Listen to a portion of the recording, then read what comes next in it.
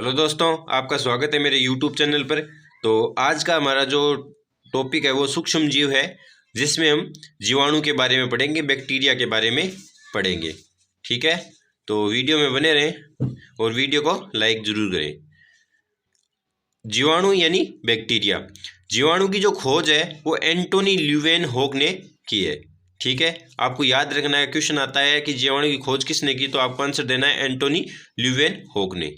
ठीक है, एंटोनी ल्यूवेनहोक ने वर्षा के गंदे पानी तथा दांत के मेल में जीवाणु की खोज की। यानी जीवाणु की प्रश्न ऐसा आता है कि जीवाणु की खोज कहाँ की, तो वर्षा के गंदे पानी और दांत के मेल में जीवाणु की खोज एंटोनी ल्यूवेनहोक ने की।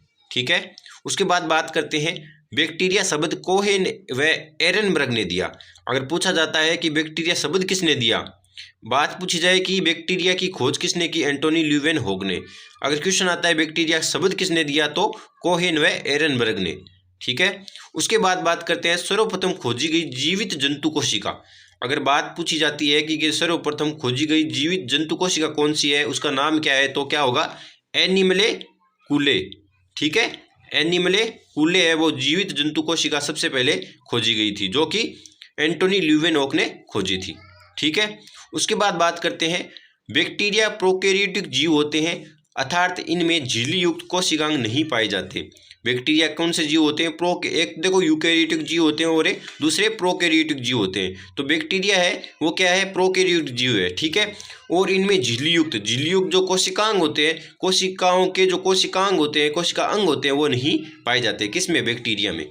ठीक है, तो थोड़ी सी आगे बात करेंगे जगत प्रणालियों की हम। ठीक है, उसके बाद हम वापस से जीवाणु के बारे में बात करेंगे। पहले क्या किसकी बात कर लेते हैं, जगत प्रणाली के बारे में। ठीक है, तो जगत प्रणालियाँ 4 है।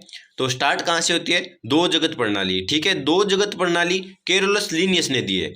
किसने दी है, वैज्ञानिक कैरोलस लीनियस ने दो जगत प्रणाली दी है, जिसमें उन्होंने सबसे पहले प्लांटी जगत को रखा है और दूसरा एनिमिलिया जगत को रखा है।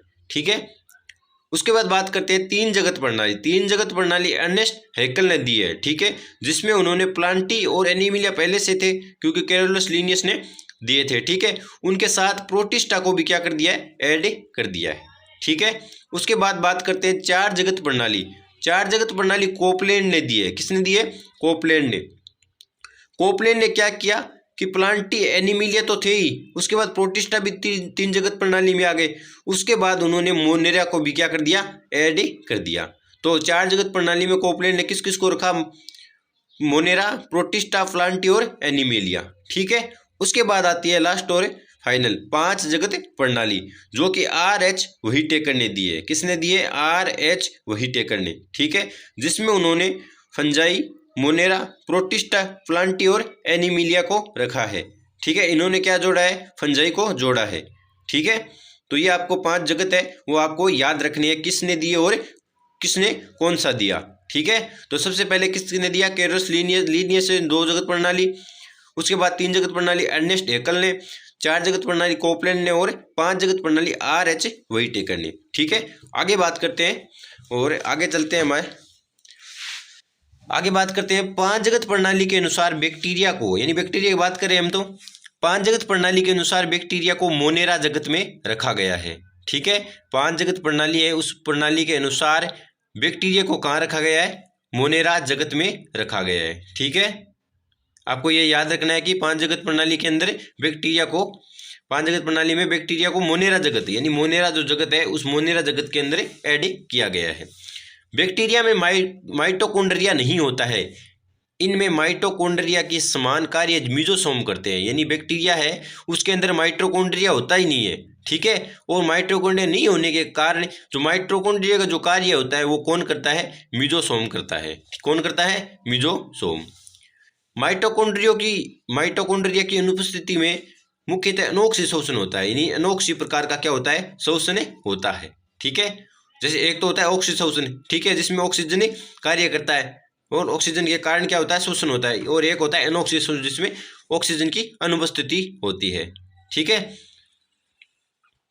आगे बात करते हैं बैक्टीरिया में लाइसोसोम भी नहीं होते हैं।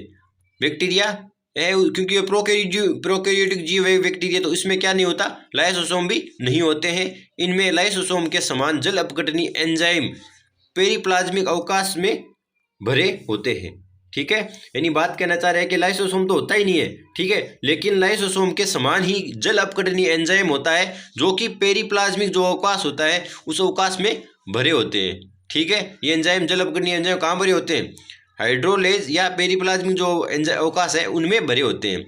ये एंजाइम अम्लीय माध्यम में पाचन क्रिया से संबंधित होते हैं। और जो जल अपघटनी जो एंजाइम है वो अम्लीय माध्यम में, एक होता है अम्लीय और एक क्षारीय, तो अम्लीय माध्यम में पाचन क्रिया से संबंधित होते हैं। यानी शरीर के अंदर जो पाचन क्रिया होती है उस पाचन क्रिया से क्या होते हैं, संबंधित होते हैं, यानी पाचन क्रिया में सहायक होते हैं ये एंजाइम। ठीक है, आगे बात करते हैं। बैक्टीरिया में केंद्रिका तथा केंद्रक झिल्ली रहित आदिम केंद्रक पाया जाता है। यानी जो बैक्टीरिया है उसमें केंद्रिका और जो केंद्रक झिल्ली है वो नहीं पाई जाती है। ठीक है, केंद्रिका और केंद्रक झिल्ली नहीं पाई जाती है, लेकिन आदिम यानी पुराने समय की या पुराने टाइप की केंद्रक पाया जाता है। यानी पुराने टाइप का केंद्रिका नहीं पाई जाएगी, केंद्रक झिल्ली भी नहीं पाई जाएगी, लेकिन आदिम माने पुराना केंद्रक पाया जाता है, जिसे न्यूक्लियोइड या जीनोफोर कहते हैं। ठीक है, जिसे क्या कहेंगे, न्यूक्लियोइड या जीनोफोर। ठीक है, उस जो आदिम केंद्रक में उस केंद्रक है उसे क्या कहेंगे, न्यूक्लियोइड या जीनोफोर। ठीक है, अगर क्वेश्चन आता है न्यूक्लियोइड या जीनोफोर क्या है, तो बैक्टीरिया में केंद्रक तथा केंद्रक झिल्ली रहित आदिम केंद्रक पाया जाता है, जिसे क्या कहा गया, न्यूक्लियोइड या जीनोफोर। ठीक है, इनके गुणसूत्र में स्टोन प्रोटीन नहीं पाया जाता। और जो बैक्टीरिया है, बैक्टीरिया के अंदर पाए जाने वाले जो गुणसूत्र है, क्रोमोसोम है, उनमें स्टोन प्रोटीन है वो पाया नहीं जाता है, उपस्थित नहीं होता है। इस कारण इसमें वास्तविक गुणसूत्र भी नहीं होते हैं। यानी अगर गुणसूत्र के अंदर स्टोन प्रोटीन नहीं होगा तो उसके अंदर वास्तविक जो कार्य युक्त जो गुणसूत्र होंगे वह भी नहीं पाए जाएंगे। ठीक है, आगे बात करते हैं। बैक्टीरिया में 17 राइबोसोम पाए जाते हैं। क्योंकि बात करें हम कि बैक्टीरिया प्रोकैरियोटिक जीव है, तो प्रोकैरियोटिक जीव जितने भी होते हैं उनमें 17 प्रकार का राइबोसोम पाया जाता है, जबकि यूकैरियोटिक जीवों में 80 प्रकार का राइबोसोम वो पाया जाता है। ठीक है, बैक्टीरिया में सेल वॉल या कोशिका भित्ति पेप्टिडोग्लाइकेन या म्यूटिन की बनी होती है। ठीक है, बैक्टीरिया है उसमें जो पेप्टिडोग्लाइकेन जो या जो म्यूटिन की बनी होती है, कौन, सेल वॉल बनी होती है, अर्थात इसमें म्यूमेरिक अम्ल पाया जाता है। यानी बैक्टीरिया के अंदर क्या पाई जाती है कि कोशिका भित्ति पाई जाती है, सेल वॉल पाई जाती है। ठीक है, वो सेल वॉल है उसको या तो किसकी बनी होती है, म्यूरिन की या पेप्टिडोग्लाइकेन की बनी होती है, अर्थात इसमें क्या पाया जाता है कि म्यूरिमिक नाम का एक अम्ल है वो पाया जाता है। ठीक है, आगे बात करते हैं कोशिका भित्ति या सेल वॉल। कोशिका भित्ति या जो सेल वॉल है वो पादपों में सेल्यूलोज प्रकार की होती है, सेल्यूलोज की बनी होती है, जीवाणुओं में पेप्टिडोग्लाइकेन की बनी होती है, और कवकों में जो कोशिका भित्ति है वो काइटिन की बनी होती है। ठीक है, ये भी आपको याद रखना है, प्रश्न पूछा जा सकता है कि सेल वॉल है वो पादपों में किसकी बनी होती है, सेल्यूलोज की, जीवाणुओं में कोशिका भित्ति किसकी बनी होती है, पेप्टिडोग्लाइकेन की, और कवकों में किसकी होती है, कवक कैसे कहे, काइटिन। ठीक है, पादप सेल्यूलोज, ठीक है, जीवाणु पेप्टिडोग्लाइकेन। आगे बात करते हैं। प्रोकैरियोटिक तथा यूकैरियोटिक जीवों में कोशिका झिल्ली, सेल मेम्ब्रेन, ग्लाइकोप्रोटीन तथा फास्फोलिपिड की बनी होती है। यानी प्रोकैरियोटिक जो जीव होते हैं और यूकैरियोटिक जो जीव होते हैं उनमें जो कोशिका झिल्ली होती है, सेल मेम्ब्रेन जो होती है, वो ग्लाइकोप्रोटीन और फास्फोलिपिड की बनी होती है। ठीक है, आगे बात करते हैं। बैक्टीरिया में डबल स्टैंडर्ड या द्विकुंडलित वर्ताकार डीएनए पाए जाते हैं। यानी जीवाणु या बैक्टीरिया है, उस बैक्टीरिया के अंदर डबल स्टैंडर्ड या द्विकुंडलित, दो कुंडलियों का वर्ताकार क्या पाया जाता है, डीएनए पाया जाता है। मुख्य डीएनए के अलावा, यानी जो मुख्य डीएनए उसके अलावा छोटा वर्ताकार डीएनए कोशिका द्रव्य में और पाया जाता है। यानी एक डीएनए तो हो गया जो क्या है, मुख्य डीएनए, जो क्या होता है, डबल स्टैंडर्ड होता है, द्विकुंडलित होता है। ठीक है, उसके अलावा एक छोटा वर्ताकार डीएनए भी पाया जाता है जो कि कोशिका द्रव्य में होता है। ठीक है, जिसे क्या कहा गया है, प्लाज्मिड कहा जाता है या प्लाज्मिड कहते हैं। इस प्लाज्मिड जो छोटा जो वर्ताकार डीएनए पाया जाता है कोशिका द्रव्य में, जिसे प्लाज्मिड कहा गया है, वह प्लाज्मिड का या उस प्लाज्मिड का उपयोग जेनेटिक इंजीनियरिंग में वाहक के रूप में करते हैं। यानी जेनेटिक जो इंजीनियरिंग होती है उस या जेनेटिक इंजीनियरिंग की प्रक्रिया में इस प्लाज्मिड का उपयोग है वो किया जाता है। ठीक है, जेनेटिक इंजीनियरिंग मतलब जीन का स्थानांतरण जब किया जाता है या जीन की जो प्रक्रिया होती है उस जीन के स्थानांतरण की, उस प्रक्रिया में वाहक के रूप में प्लाज्मिड का क्या किया जाता है, प्रयोग है वो किया जाता है। ठीक है, तो अगर आपको वीडियो पसंद आया हो तो वीडियो को ज़रूर लाइक करें और चैनल को सब्सक्राइब करें और वीडियो को शेयर ज़रूर करें। धन्यवाद।